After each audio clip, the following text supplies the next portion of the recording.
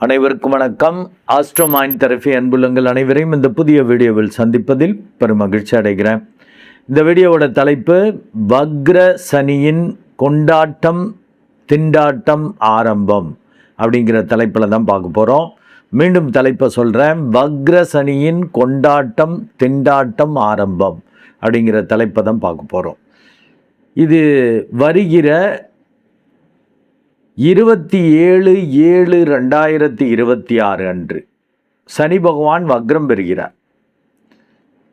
எதுவரைக்கும் வக்ரகதியில் பயணிக்கிறார் அப்படின்னா 10/12/2026 வரைக்கும், கிட்டத்தட்ட 4.5 மாதங்கள் அவர் வக்ரகதியில் பயணிக்க போகிறார். 11/12/2026 முதல் நேர்கதியில். அப்போ இந்த வக்ரகதியில் பயணிக்கிறதால என்ன மாதிரி பலாபலன்கள் இந்த 12 ராசிகளுக்கும் ஏற்பட போது, அவங்களுக்கான இந்த அறிவுறுத்தல்கள் என்ன அப்படிங்கிறது தான் இந்த வீடியோஸில் பார்க்க போகிறோம். இப்போ இந்த சனி பகவான் வக்ரகதியில் பயணிக்கிறாருன்னா அது சூரியனுடைய மூமெண்ட்டு படி அது வக்ரமாகும். அதை டீட்டெயிலாக ஜோதிட நுணுக்கங்களை ஜோதிட விதிகளை விட பலன்களை உங்களுக்கு சொல்கிறப்ப தான் நீங்கள் எச்சரிக்கையாக இருக்க முடியும். ஏன்னா லென்த்தி வீடியோவாக போகும். இப்போ இது வக்ரகதியில் 27/7/2026 அன்று பயணிக்கிறப்ப நான் என்னுடைய பல வீடியோஸில் சொல்லியிருப்பேன். என்னுடைய ஆஸ்ட்ரோ மைண்ட் தெரபி அன்புள்ளங்களுக்கு தெரியும். வக்ரகதியில் ஒரு கோள் பயணிக்குதுன்னாக்க அந்த ஜாதகரை ஒரு குடிகாரரை போல் பிஹேவ் பண்ண வைக்கும். குடிகாரர போலன்னு என்ன சார் இப்போ சொல்கிறீங்க, ஒன்றும் புரியல அப்படின்னா, நார்மலாக அந்த குடிக்கிறவங்கள பார்த்தீங்கன்னா தெரியும். நல்ல ஒழுக்கமாக நேர்மையாக ரொம்ப அப்படியே ஆச்சாரமாக பட்டக்கிட்ட போட்டுக்கிட்டுலாம் இருக்கக்கூடிய ஆளுங்க கூட, ரொம்ப அழகாக பணிவாக பேசக்கூடிய ஆளுங்க கூட குடிச்சிட்டா வேறு மாதிரி பேசுவாங்க, வித்தியாசமாக பேசுவாங்க.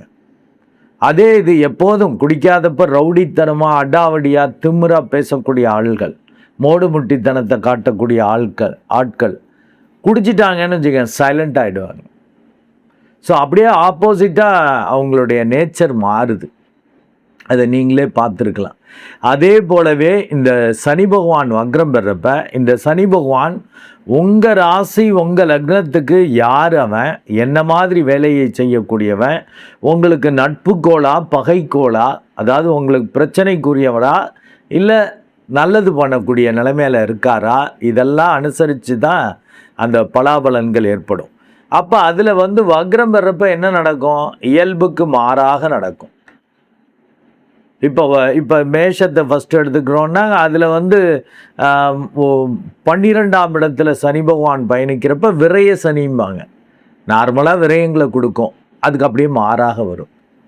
அது போல தான் இப்போ சிம்மத்துக்கு பார்த்தீங்கன்னா அஷ்டம சனி, எப்போதும் எதிர்பாராத கண்டங்கள், முறிவு, பிரிவு, ரொம்ப பயமாக இருக்கிறது, எல்லாத்தையும் இழந்து நொந்து போய் இருக்கிற மாதிரி இருக்கிறது, அப்படிலாம் சோதனைகளை அது சனி பகவான் கொடுப்பார். இப்போ வக்ரம் பெறப்ப இந்த 4.5 மாதங்கள் அவர் லீவ் விடுறார் இந்த பிரச்சனைகளுக்கெல்லாம். அதே போல தான் வைஸ் வர்சா நல்லது பண்ணக்கூடிய இப்போ ரிஷப லக்னம் ரிஷப ராசிக்கு 11ஆம் இடத்தில் அந்த பூர்வ பாக்கியாதிபதியாக வரக்கூடியவர் இருக்கிறப்ப அபரிமிதமான லாபங்கள், தொழில் வேலை ரீதியாக தர்மகர்மாதிபதி யோகங்களை அவர் வெளிப்படுத்துவார். பெரிய அளவுக்கு அதன் மூலம் லாபம் பாப்புலாரிட்டியோடு கிடைக்கிறது. இப்படிலாம் பண்ணிகிட்டு இருந்திருப்பார். இப்போ வக்ரம் வர்றப்ப அதுக்கு மாறாக இருக்கும். யாரெல்லாம் மதித்தாங்களோ அவங்க வித்தியாசமாக பிஹேவ் பண்ணுறது, எதன் வழியாலாம் பெரிய அளவுக்கு லாபங்கள் வந்துச்சோ அதெல்லாம் தடைபடுறது, சற்று குழப்பமாவது, பயந்து போகிறது. ஏன்னா இப்போ குடிச்சிட்டிங்கன்னா, இப்போ நார்மலாக இருந்தீங்கன்னா ஸ்டடியாக இருப்பீங்க. குடிச்சிட்டிங்கன்னா குடிகாரர்கள் நடக்கிறதே ஒரு மாதிரி நடப்பாங்கல்ல, மூளை சட்டுன்னு வேலை பார்க்காதுல்ல, வித்தியாசமாக வேறு வேலை பார்க்கும். குடிக்கிறதுக்கு முன்னாடி ஏதாவது பழிவாங்கும் உணர்வுகள், பிரச்சனைகள், இல்லை சந்தோஷ உணர்வுகள் என்ன இருக்கோ அது அப்படியே ஸ்டாக்னண்ட்டாக நின்றுடும். குடிக்கிறதுக்கு முன்னாடி அவன் மோசம் பண்ணிட்டான், அவனால தான் குடிக்கிறேன், அவன் எனக்கு இது பண்ணிட்டான்னா குடிச்சு விட்டு அவங்கள்ட்ட போய் ஆட்டோமேட்டிக்காக அவங்கள அறியாமல் வம்பளக்கிறது, பிரச்சனை பண்ணுறது. ஏன்னா மூளை அதுக்கு முன்னாடி உள்ளதோடு நின்றும்.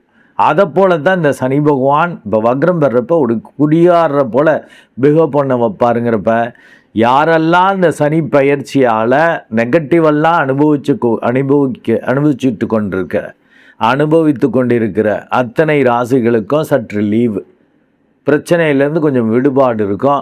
எதெல்லாம் பிரச்சனையோ அதெல்லாம் கொஞ்சம் நல்லதாக மாறும். இது பிரச்சனைன்னு நினச்சது பிரச்சனையாக இருக்காது. ரொம்ப கேஷுவலாக அதுக்காக பிஹேவ் பண்ணவும் முடியாது. பிரச்சனைலாம் லீவுனா 4.5 மாதம் லீவா சார், விரையச்சனி வேலை பார்க்க மாட்டாரா, அஷ்டம சனி வேலை பார்க்க மாட்டாரா அப்படின்னா ரொம்ப ஓவர் கான்ஃபிடெண்ட்டாக பண்ணிங்கன்னா ஆப்பு வைப்பார். அவர் சனி பகவான் நீதிபதி போன்று.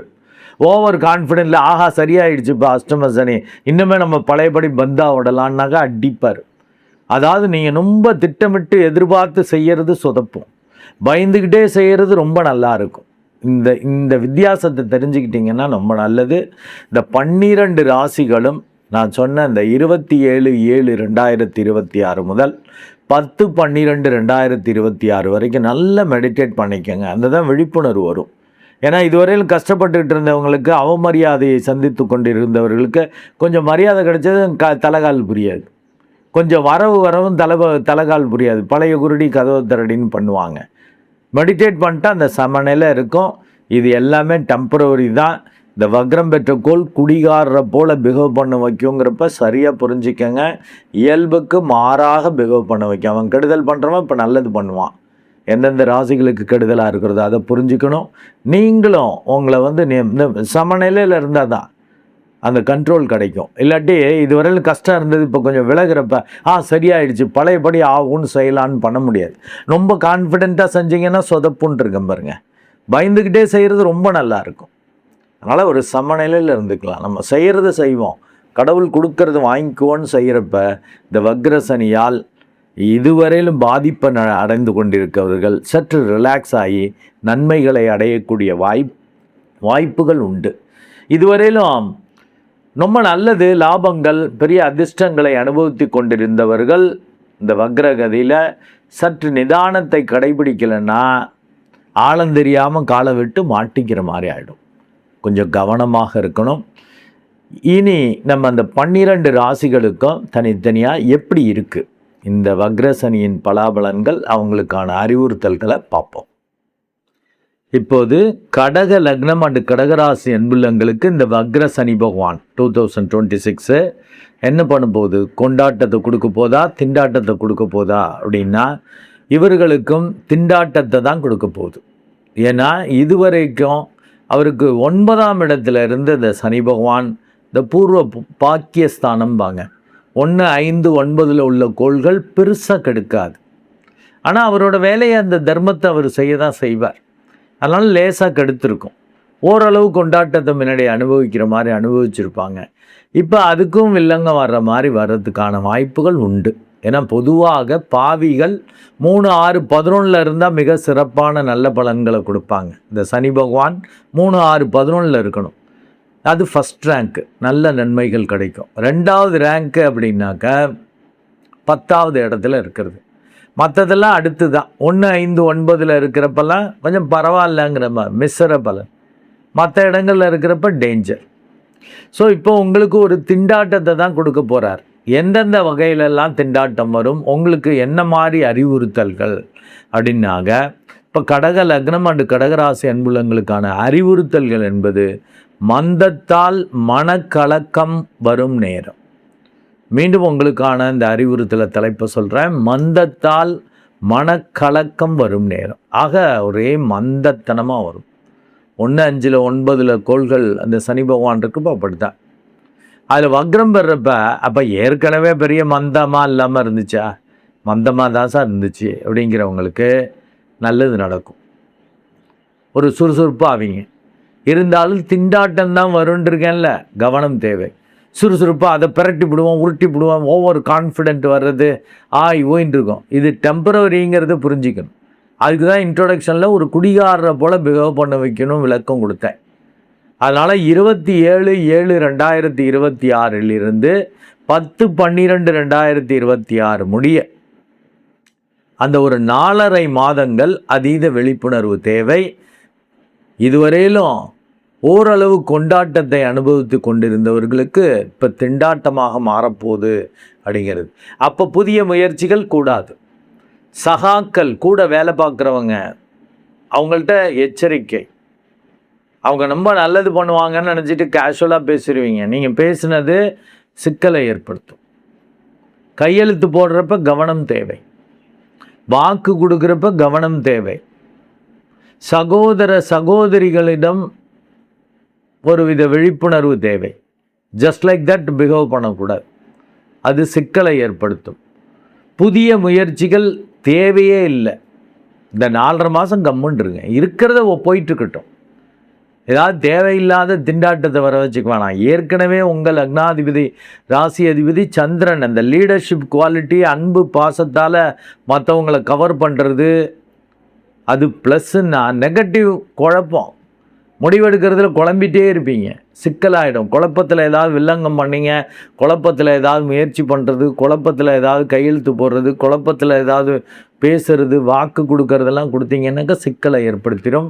ரொம்ப கவனம் தேவை. தேவையற்ற விஷயங்களுக்கு தைரியம் வரும், தேவையான விஷயங்களுக்கு தைரியம் போகும். இப்போ கவனமாக இருக்கணும். அடுத்து காரிய வெற்றி. இதுவரையிலும் ஓரளவு நல்லா நடந்துக்கிட்டு இருந்தது, அங்கே ஜர்க்காகும், மெயின்டைன் பண்ண முடியாது. நிர்வாக திறமை அந்த அளவுக்கு பலிதமாகாது.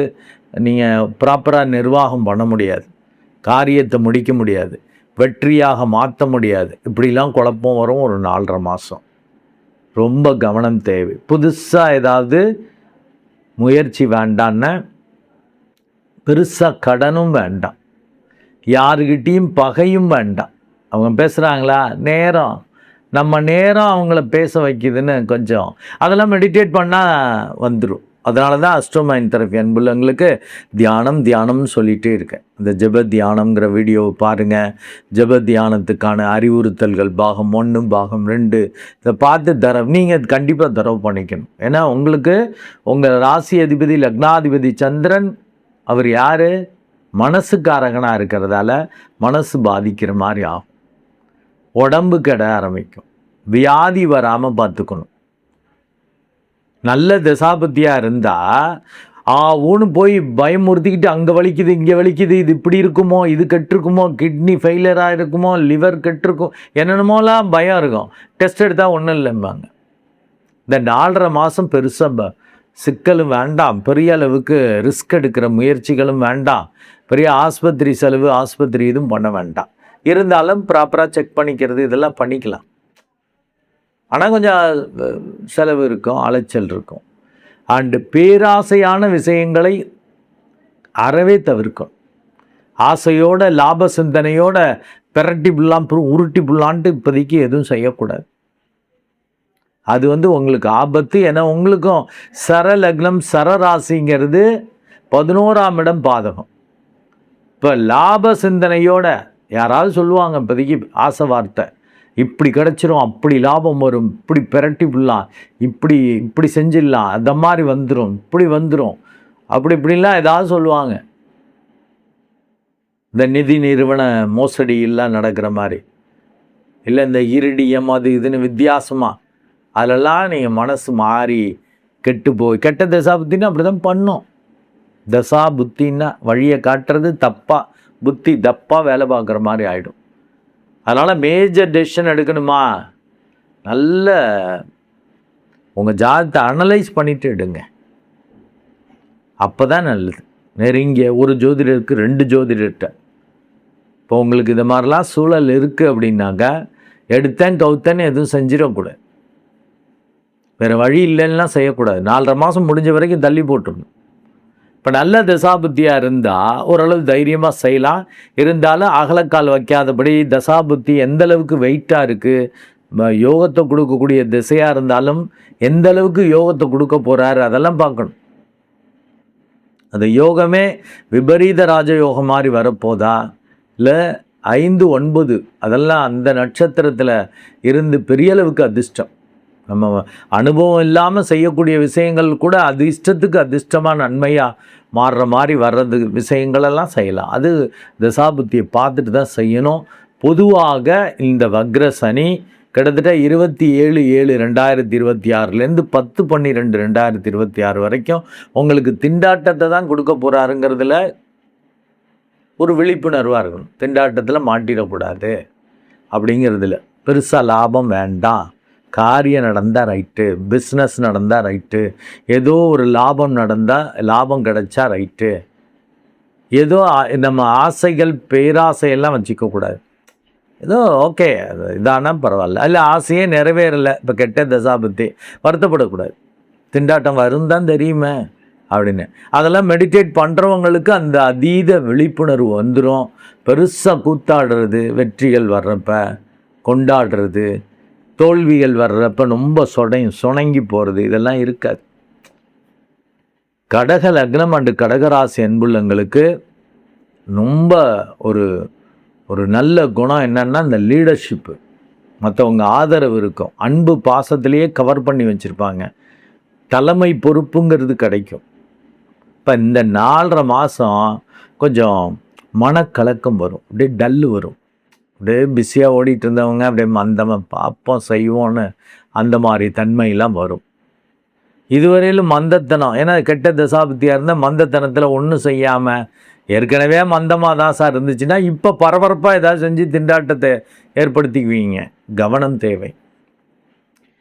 அதுதான் என்ன சார் ஒரே குழப்புறீங்கன்னா, ஆமாங்க இந்த கோல் அப்படி தாங்க குழப்பம். அதுதான் ஆரம்பத்தில் இன்ட்ரோடக்ஷனில் இந்த ஒரு குடிகாரரை போல் இயல்புக்கு மாறாக பிஹேவ் பண்ணுவாங்கன்னு இன்ட்ரோடக்ஷனில் சொல்லியிருக்கேன் இல்லையா? அதை போல் உங்களுக்கு இயல்புக்கு மாறாக பிஹேவ் பண்ணுறதுக்கான வாய்ப்புகளை ஏற்படுத்தி கொடுக்கும். பெரிய அளவுக்கு கடன் வேண்டாம், பெரிய அளவுக்கு லாப சிந்தனை வேண்டாம், பெரிய ஆசையோடு அது கிடைக்கணும் இது கிடைக்கணும்னு ஓடுறது இந்த 4.5 மாதம் நிப்பாட்டிக்கங்க. புதிய முயற்சிகள் இல்லாமல் நல்லா மெடிடேட் பண்ணிவிட்டு அவசியமான விஷயங்களை ஒண்டி ஒரு அளவோடு செஞ்சுக்கிட்டு எதிர்பார்ப்பு இல்லாமல் அது மெடிடேட் பண்ணால் அது வந்துடும். செஞ்சிட்டிங்கன்னா இந்த 4.5 மாதம் பெரிய அளவுக்கு திண்டாடாமல் நீங்கள் தப்பிக்கலாம்.